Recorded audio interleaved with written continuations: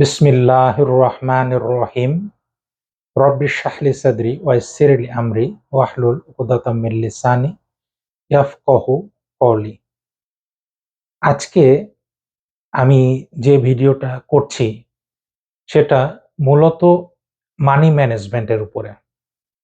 Money management অর্থাৎ একজন মুসলিম সে তার অর্থ সেটাকে সে কিভাবে ম্যানেজ করবে, অর্থাৎ এই অর্থটা সে কিভাবে ইনকাম করবে, কিভাবে খরচ করবে এবং ইনকাম এবং খরচের ভিতরে তাকে কোন কোন জিনিসগুলা মাথায় রাখতে হবে। তবে এখানে আমি একটা স্পেসিফিক উদাহরণ দেওয়ার চেষ্টা করব। সেটা হচ্ছে আমাদের যে সমস্ত বাংলাদেশি মুসলিম ভাইয়েরা পশ্চিমের বিভিন্ন দেশগুলিতে থাকেন, অর্থাৎ America, Canada, Europe, England, Australia, এই সমস্ত দেশগুলিতে থাকেন। তাদের উদ্দেশ্যে বিশেষ করে আমি উদাহরণটা দেওয়ার চেষ্টা করব। দেখা যায় আমাদের যে ভাইয়েরা ওয়েস্টের বিভিন্ন দেশগুলিতে থাকেন তারা অনেক সময় বাড়ি কিনেন, এবং বাড়ি একটা এমন একটা জায়গা যেটা হচ্ছে নিজের থাকার জায়গা, এবং মানুষ এইটা কিন্তু কেনার ব্যাপারে সবচেয়ে বেশি আগ্রহী হয়। তো এভাবে বাড়ি কেনা বা গাড়ি কেনা বা অন্য কোনো প্রতিষ্ঠান, ব্যবসায়িক প্রতিষ্ঠান, এগুলা কেনা যখন হয় তখন আমরা একজন মুসলিম হিসেবে আমাদের কোন কোন জিনিসগুলিকে মাথায় রাখতে হবে। তো এইটার উপরে ভিত্তি করে আমি মোটামুটি ৪টি জিনিস চিন্তা করেছি।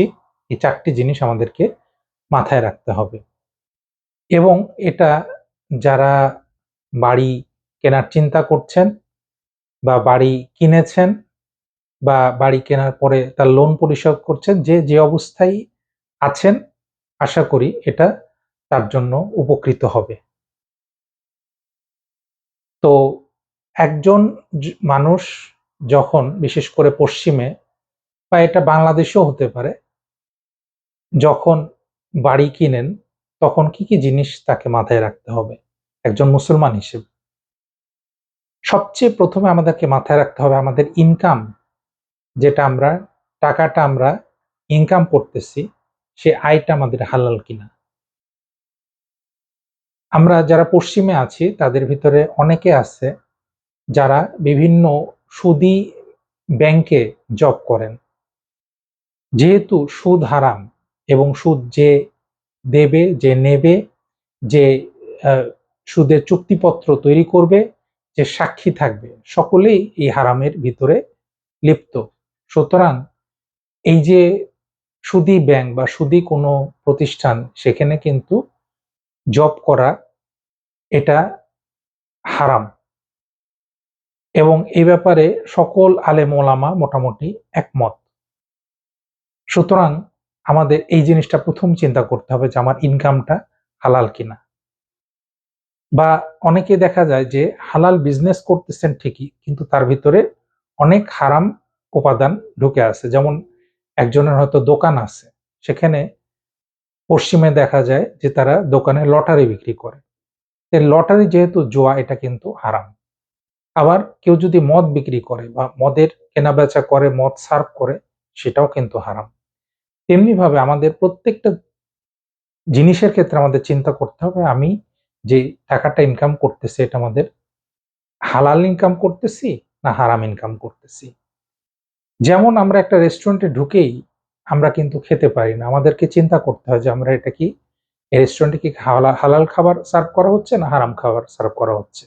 ঠিক তেমনি ভাবে টাকা পয়সার ব্যাপারে আমাদের চিন্তা করতে হবে আমাদের যে ইনকামটা আসতেছে এটা কি হালাল ইনকাম আসতেছে না হারাম ইনকাম আসতেছে।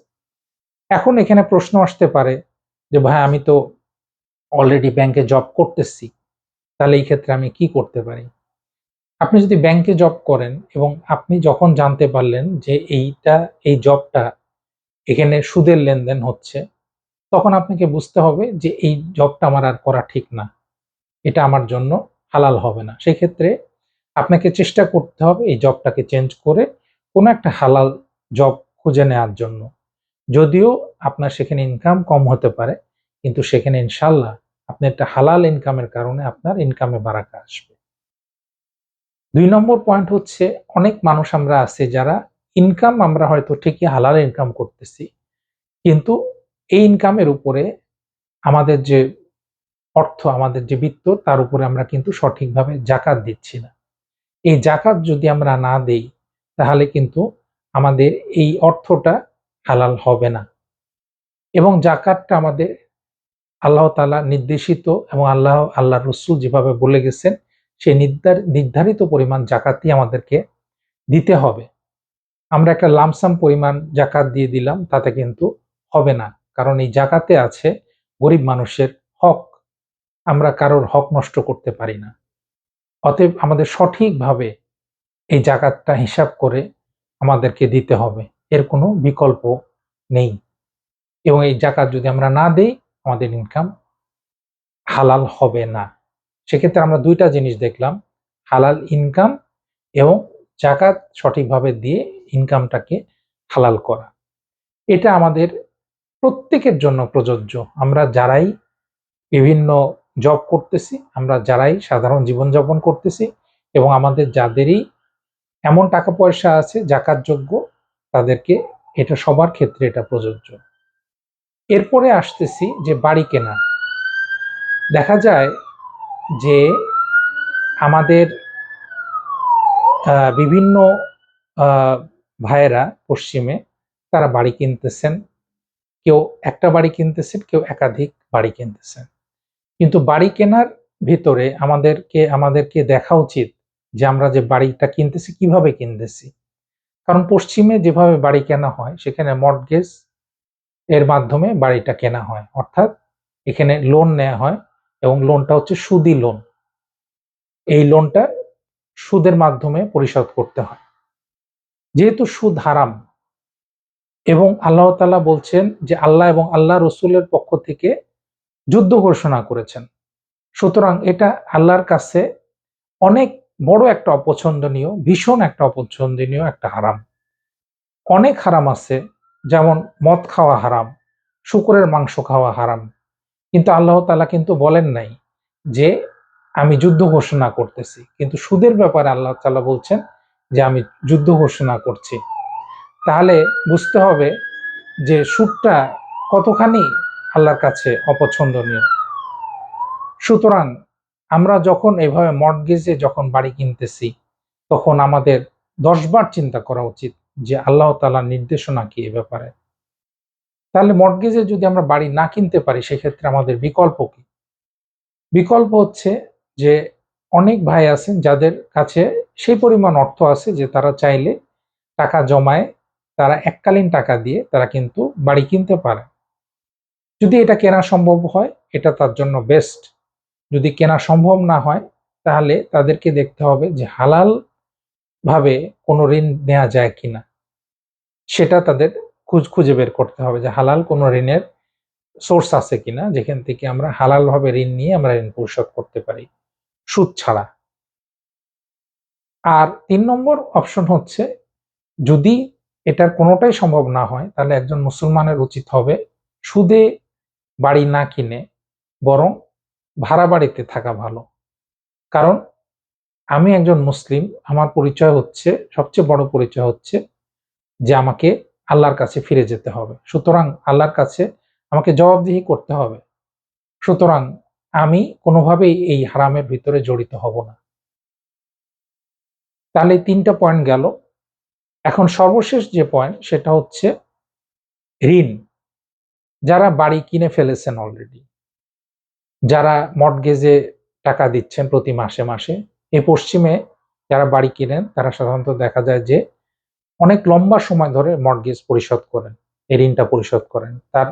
সেটা হতে পারে ২০, ২৫, ৩০ বছর। সাধারণত ৩০ বছর হয় এই টাকাটা তারা পরিশোধ করেন। তাহলে এই লম্বা সময় যখন তারা টাকাটা পরিশোধ করছেন, দেখা যাচ্ছে যে এই টাকা পরিশোধ করার আগেই আল্লাহ না করুক তিনি হয়তো দুনিয়া থেকে চলে গেলেন। তাহলে তিনি এই ঋণটা পরিশোধ করে যেতে পারলেন না। আমরা অনেকে এটাকে হালকাভাবে দেখি, কিন্তু এটাকে হালকাভাবে দেখার কোনো সুযোগ নেই। কারণ রাসূল সাল্লাল্লাহু আলাইহি ওয়াসাল্লামের হাদিসে এসেছে যে রাসূল সাল্লাল্লাহু আলাইহি ওয়াসাল্লাম একদিন মসজিদে বসেছিলেন, এই সময় একজন সাহাবার মৃত্যু সংবাদ আসলো। তখন রাসূল সাল্লাল্লাহু আলাইহি ওয়াসাল্লাম তার জানাজা পড়াতে যাচ্ছিলেন। এই সময় তিনি জানতে পারলেন যে তার খুব অল্প পরিমাণ ঋণ আছে। তখন তিনি জানাজা না পড়িয়ে সে জায়গায় বসে পড়লেন এবং বললেন যে, "এই ব্যক্তির জানাজা আমি পড়াবো না।" তখন রাসূল সাল্লাল্লাহু আলাইহি ওয়াসাল্লামের প্রিয় সাহাবা আনাস রাদিয়াল্লাহু তাআলা আনহু উনি বললেন, "ইয়া রাসূলুল্লাহ, আপনি জানাজা পড়ান, আমি তার ঋণ পরিশোধের দায়িত্ব নিচ্ছি।" এবং রাসূল সাল্লাল্লাহু আলাইহি ওয়াসাল্লাম তার জানাজা পড়ালেন। এরপরে রাসূল সাল্লাল্লাহু আলাইহি ওয়াসাল্লাম বারবার আনাস রাদিয়াল্লাহু আনহু থেকে তাগাদা দিতে থাকলেন যে, "তুমি তার ঋণটা পরিশোধের ব্যবস্থা করো।" তখন আনাস রাদিয়াল্লাহু তাআলা আনহু তার ঋণ পরিশোধের ব্যবস্থা করে দিলেন এবং এরপর রাসূল সাল্লাল্লাহু আলাইহি ওয়াসাল্লাম বললেন যে, "এখন তার কবরটা ঠান্ডা হলো।" অর্থাৎ এতক্ষণ ওই সাহাবের কবরের ভিতরে আযাব চলতেছিল। তাহলে বুঝেন যে একজন সাহাবীর যদি এই অবস্থা হয় তার ঋণ পরিশোধ না করার কারণে, তাহলে আমরা তো সামান্য মানুষ। আমরা যদি ঋণ পরিশোধ না করে যাই, তাহলে আল্লাহ তাআলা আমাদেরকে কঠিন শাস্তি দিবেন পরকালে। এবং এটা যদি হয় আমাদের গাফিলতির কারণে, দেখা যাচ্ছে যে অনেক ভাই আছেন তাদের হাতে অলরেডি এই পরিমাণ টাকা পয়সা আছে যে তারা চাইলে খুব দ্রুত তার ঋণটা পরিশোধ করে ফেলতে পারেন। কিন্তু সেটা না করে তিনি এই টাকা পয়সাটা অন্য কাজে লাগাচ্ছেন। এটা করা উচিত না ভাই। আপনার কাছে যদি টাকা পরিশোধ করার মতো টাকা থাকে, আপনি দ্রুত এই টাকাটা পরিশোধ করে এই ঋণ থেকে বের হয়ে আসেন। এই সুদের কারবার থেকে বের হয়ে আসেন এবং আল্লাহর কাছে তওবা করেন। আল্লাহ রাব্বুল আলামিন আমাদের জীবনের প্রতিটি ক্ষেত্রে ইসলামকে অনুসরণের তৌফিক দান করুন। আসসালামু আলাইকুম ওয়া রাহমাতুল্লাহি ওয়া বারাকাতুহু।